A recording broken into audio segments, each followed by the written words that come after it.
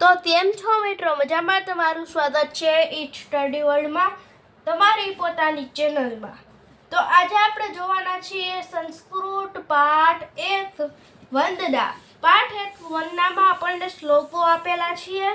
તો ચાલો આપણે શ્લોકો જાણીએ, સમજીએ, ગાઈએ અને તેનું અનુવાદ કરીએ. તો ચાલો આપણે જોઈએ.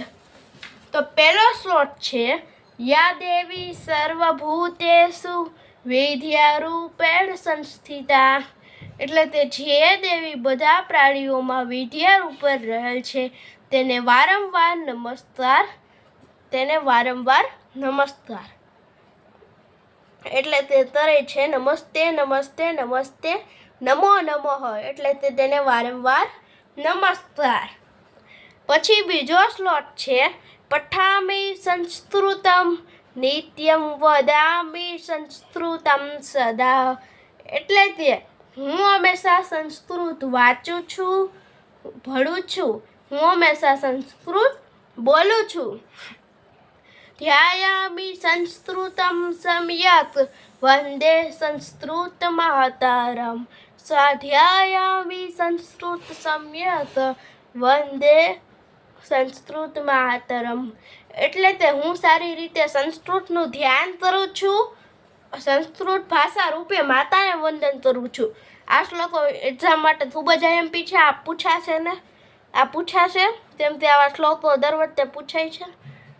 હું સારી રીતે સંસ્કૃતનું ધ્યાન કરું છું અને સંસ્કૃત ભાષા રૂપે માતાને વંદન કરું છું. જો આ શ્લોકમાં સાવ સહેલો છે. પઠામિ સંસ્કૃતમ નિત્યમ વદામિ સંસ્કૃતમ સદા. એટલે કે હું હંમેશા સંસ્કૃત વાંચું છું. પહેલાં તો વાંચું છું, પછી હું હંમેશા સંસ્કૃત બોલું છું. પહેલાં વાંચું છું, પછી બોલું છું, પછી સંસ્કૃતનું ધ્યાન કરું છું, પછી સંસ્કૃત ભાષા રૂપે માતાને વંદન કરું છું. પછી ત્રીજું, ચાલો જોઈ.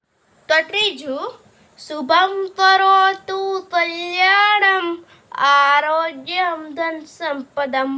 એટલે તે હે દીવાની જ્યોત શુભ કલ્યાણ કર, સ્વાસ્થ્ય ધન સંપત્તિ આપ, શત્રુ બુદ્ધિ વિનાશાય દીપ જ્યોતિર નમસ્તુતે. એટલે તે શત્રુઓનો દુષ્ટ બુદ્ધિનો વિનાશ માટે તેને નમસ્કાર જો. આ શ્લોકમાં આપણને શું સમજવા મળે છે? હે દીવાની જ્યોત, એટલે દીવાની જ્યોત વિશે વાત કરવામાં આવી છે. હે દીવાની જ્યોત શુભ કલ્યાણ કર, સ્વાસ્થ્ય અને ધન સંપત્તિ આપ. શુભ અને કલ્યાણ કર, સ્વાસ્થ્ય અને ધન સંપત્તિ આપ, શત્રુઓની દુષ્ટ બુદ્ધિના વિનાશ માટે તેને નમસ્કાર હજુ. એટલે શત્રુઓ હોય એના દુષ્ટ બુદ્ધિના વિનાશ માટે તેને નમસ્કાર હજો. હવે ચોથું જોઈ લઈએ. મુક્તમ કરોતુ વાચાલમ પંદુલંઘયતે ધીરીમ.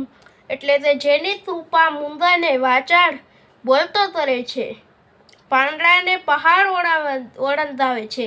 યત કૃપા તમહં વંદે પરમાનંદ માધવમ. એટલે તે પરમ આનંદ સ્વરૂપ શ્રી વિષ્ણુને હું વંદન કરું છું.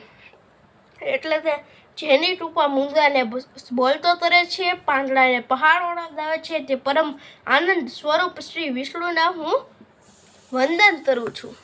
તો ગાઈઝ અહીંયા આપણો આ વંદના પાઠ પૂરો થાય છે. હવે મળીએ ચિત્રપદાની 1માં. તો મળીએ પછી.